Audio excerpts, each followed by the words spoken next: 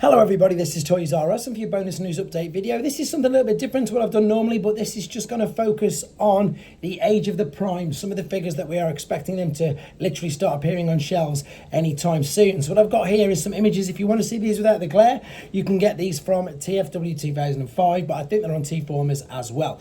So I'm going to kick off with the aerial bots. I'm going to kick off with the official images first and foremost. Again, I normally focus on this in the normal news updates. If you don't have Instagram, it is great to go to TFW 2005, etc., because they always put up what Mark Maher and indeed Evan and everybody else posts on their Instagram. So we're going to start off with some images there. This is of course of Air Raid, and there's also a little bit of background information as into what goes into the figure. Now I've got to confess that when I first saw these, I don't know, I mean, they've grown on me massively anyway. I'm not going to lie and say I don't like them, but I think they're growing on me even more. And I think the main reason for this is that they're just starting to remind me more and more of the actual Generation 1 toys that of course I used to play with as a kid. So I mean, of course I've got nostalgia as a factor here playing a huge part in my judgment of these figures, which I completely, I'm going to own up and say it.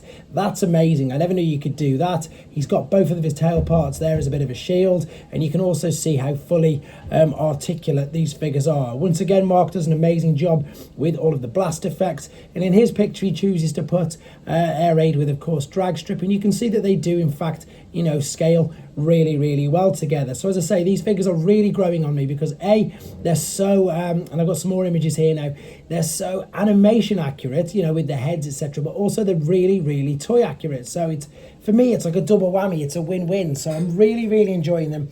These pictures now are via TFW 2005. I know there's perhaps little things which they could perhaps tweak. Like I can see there in the back there, there's a bit of a gap in the back of the top of his leg, but I'm sure, and I always say this for any company, it's not really going to be too detrimental because you're not going to see it from the front, of when he's standing full onwards. And there they are with the Constructicons. Now these pair up brilliantly. Now obviously I've been really fortunate enough to have them in hand and review them, and of course I've sent them back already, but they just look great together. These are the new combiner limbs. These are the ones, all kids and all adults alike, we all love combiners. So seeing these together in these actual images is just great. And as I say, I know that some lucky people around the world have got their hands on these aerial bots already, so yeah, it is absolutely fantastic, and they're just really, as I say, growing on me even more. So I wanted to give them their own sort of mini segment, because I said in one of the podcasts that I did recently, there's that gap I was on about there in the knee.